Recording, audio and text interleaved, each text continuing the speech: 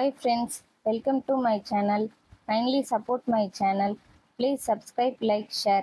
இன்னைக்கு நம்ம பார்க்க போற கதையின் பெயர் சிங்கமும் சிலையும். ஒரு நாள் ராமு தன்னுடைய சிங்கத்தை அழைத்து கொண்டு காட்டுப்பகுதிக்கு தேன் எடுப்பதற்காக சென்று கொண்டிருந்தான். செல்லும் வழியில் தங்களில் யார் அதிக வீரமுள்ளவர்கள் என்பதை பற்றி சிங்கமும் ராமுவும் பேசிக்கொண்டு சென்றனர். அப்போது செல்லும் வழியில் ஒரு மனிதன் சிங்கத்தை கீழே தள்ளி அதன் மீது நிற்பதைப் போல ஒரு சிலை இருந்தது.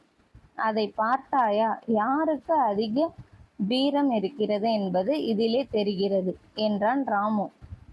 ஓ, அது மனிதன் செய்த சிலை. ஒரு சிங்கம் அந்த சிலை செய்திருந்தால் மனிதனை கீழே தள்ளி அவன் மீதுதான் நிற்பது போல செய்திருக்கும் என்று சொல்லியது சிங்கம்.